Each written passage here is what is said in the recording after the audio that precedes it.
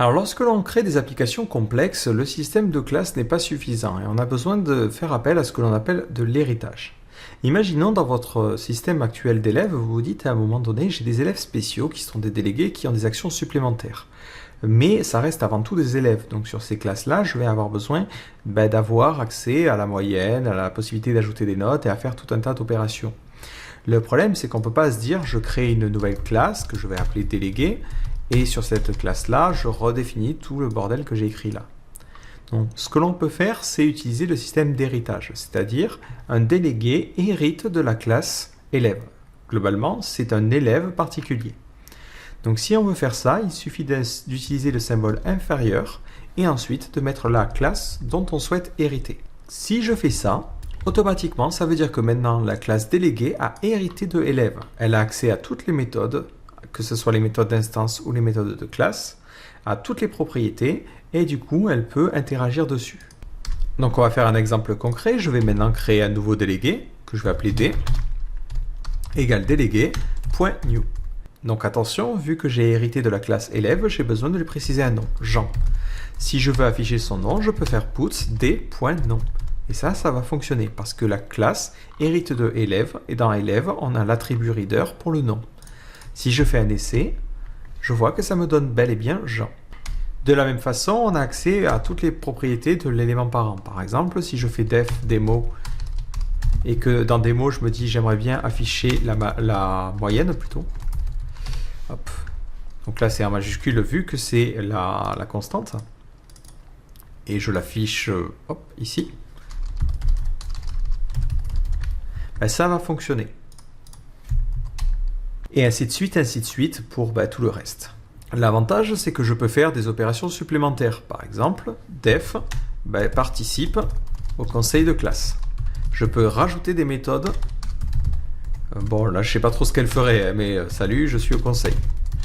L'avantage, c'est que je peux rajouter des méthodes supplémentaires tout en héritant de tout le reste.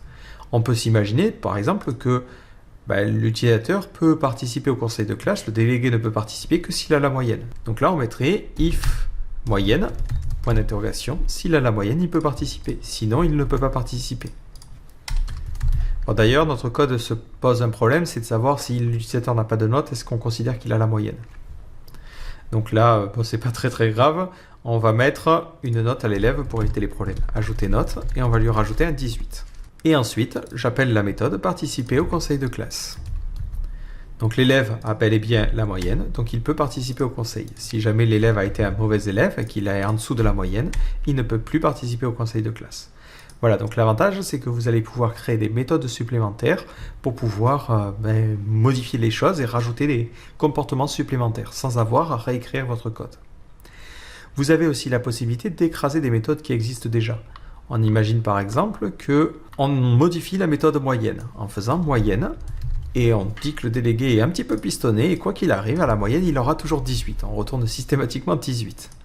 Si maintenant je fais un d.moyenne, la méthode moyenne a été écrasée, a été réécrite et systématiquement, ça renverra 18 quoi qu'il arrive.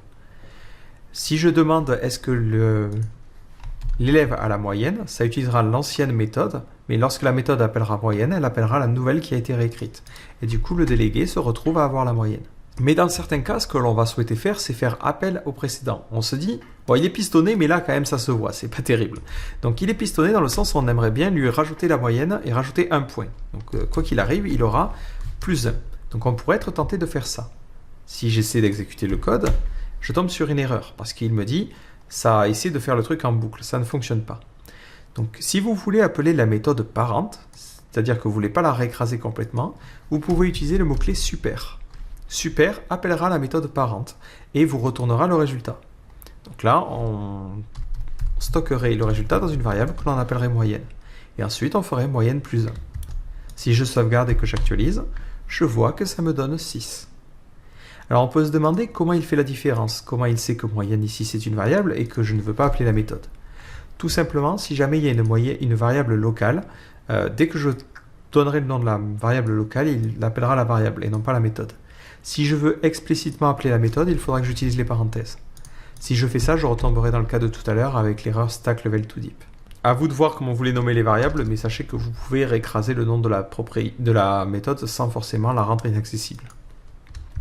Voilà, donc moi dans mon cas, maintenant le petit délégué est pistonné, et quoi qu'il arrive, il aura sa moyenne qui aura été augmentée de 1. Vous avez aussi la possibilité, lorsque vous faites super, de passer des paramètres. Par exemple, on imagine qu'il est pistonné un petit peu autrement, hop, et que la méthode ajouter note, on va la redéfinir. Mais dès qu'une note est ajoutée à l'élève, on modifie sa valeur. Si je fais super, ça ne change rien, c'est-à-dire que ça appelle la méthode parente avec les mêmes paramètres que la méthode. Donc ça équivaut ici à faire ça. Sauf que pour gagner du temps, on n'écrit pas les paramètres vu qu'ils sont identiques. En revanche, si on souhaite les modifier, par exemple on fait un note plus 1, on donne à l'élève différentes notes et à la fin on affiche ces notes. Ce que ça va faire, c'est que ça va appeler la méthode parente, donc ici c'est ajouter note, en lui passant un paramètre auquel on aurait rajouté 1. Et du coup maintenant, je vois que mon élève est bel et bien pistonné et toutes ses notes ont été augmentées de 1 à chaque fois qu'on en a rajouté une. Donc voilà, évidemment, c'est pas une bonne chose, c'est pas bien de tricher. Si vous voulez en savoir plus un petit peu sur le fonctionnement d'une classe, comme on l'a vu tout à l'heure, si vous faites un self.class, mais vous pouvez aussi le faire depuis l'extérieur, si vous faites un d.class, vous allez obtenir la classe qui correspond à l'instance. Donc moi ici, ça me dit que D, c'est une instance de la classe déléguée. Si vous voulez connaître la classe qui est au-dessus, vous faites la méthode superclass. Si vous faites ça, vous allez voir que ça va vous donner la superclasse de la classe déléguée. Donc globalement, ça vous dit que délégué hérite de élève. Et vous pouvez continuer comme ça, encore et encore. Et vous voyez que la classe élève que j'ai créée hérite de objet, sans que j'ai eu à le préciser. Donc ça, c'est un comportement par défaut de Ruby. Toutes les classes que vous allez écrire vont forcément hériter de la classe objet. Et de la même façon, la classe objet hérite de la classe basic object. Donc cette notion d'héritage, c'est globalement tout ce qu'il y a à savoir. Ce que vous pouvez faire, c'est que vous pouvez hériter une classe pour automatiquement récupérer ces différentes méthodes. Et ensuite, vous pouvez soit créer de nouvelles méthodes par-dessus. Vous pouvez aussi écraser une méthode pour changer complètement son comportement, ou écraser une méthode pour appeler la méthode parente en modifiant un petit peu aussi son comportement.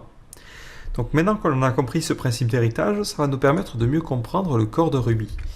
Alors je vais vous montrer un petit schéma qui va vous paraître hyper compliqué, mais c'est plutôt simple. Il permet de voir l'héritage au sein de Ruby. Ce qui nous intéresse pour le moment, on ne parle pas des zones en bleu, mais des zones en verte, c'est les flèches rouges. Les flèches rouges nous permettent de comprendre le fonctionnement. Si je prends le cas, par exemple, d'un entier, si je fais, alors là on va utiliser IRB, si je fais 1.class, qu'est-ce que je vois? Je vois fixNum. Mais si je fais 1.class.superclass, je vois que c'est integer. En fait, lorsque je crée un 1, je crée une instance de fixNum.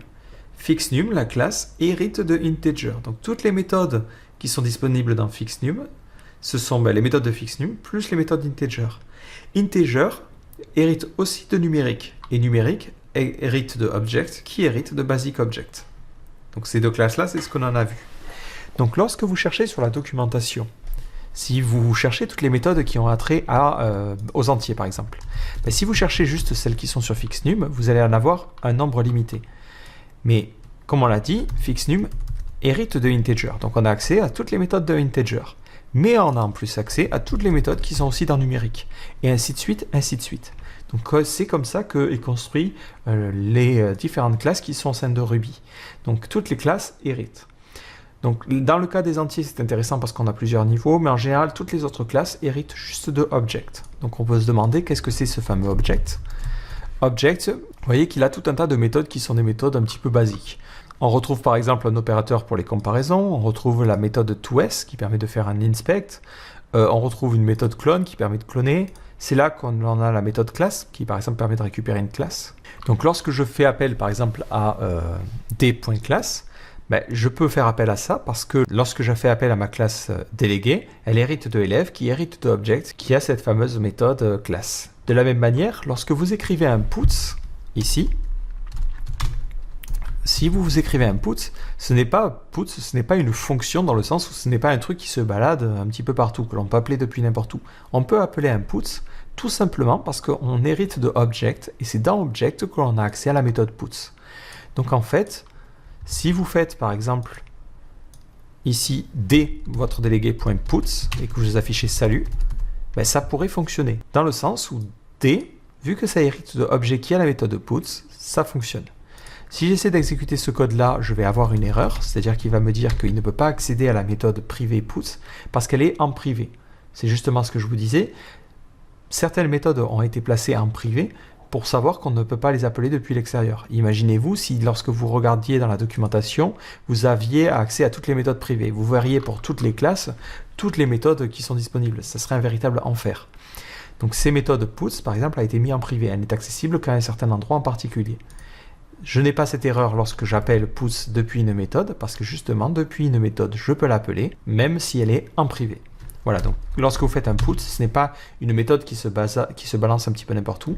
Non, c'est vous faites appel en fait à la méthode de classe. Du coup, si jamais vous créez dans votre méthode une nouvelle méthode puts et que vous changez son comportement, vous allez changer la méthode puts dès qu'elle sera appelée dans la méthode. Par exemple, si je crée une méthode def afficher non, si vous faites puts je suis suivi du nom de l'élève, donc c'est arrobase non. D'ailleurs, vous pouvez faire juste non. Si vous faites ça, vous allez faire appel au getter, vu que vous avez créé un autre reader. Si je supprime le puts et que je fais maintenant un d.afficher non, et que j'exécute, ça m'affiche je suis Jean. Mais si on s'imagine, je suis un petit malin, je me dis je modifie la fonction puts qui prend en paramètre une chaîne. Et on imagine que dès qu'un élève affiche quelque chose, il hurle. Donc là, on fait un super, donc on appelle la méthode parente, sauf qu'on modifie la chaîne en faisant un chaîne.upcase. Si maintenant je réexécute, je vois que tous les élèves vont se mettre à gueuler. Voilà, donc il ne faut pas voir les méthodes de base, celles que vous utilisez un petit peu partout, comme des méthodes particulières. Ce sont tout simplement des méthodes d'instance qui sont héritées parce que tout hérite de la classe object. D'ailleurs, là, ça n'a aucun sens de le mettre là.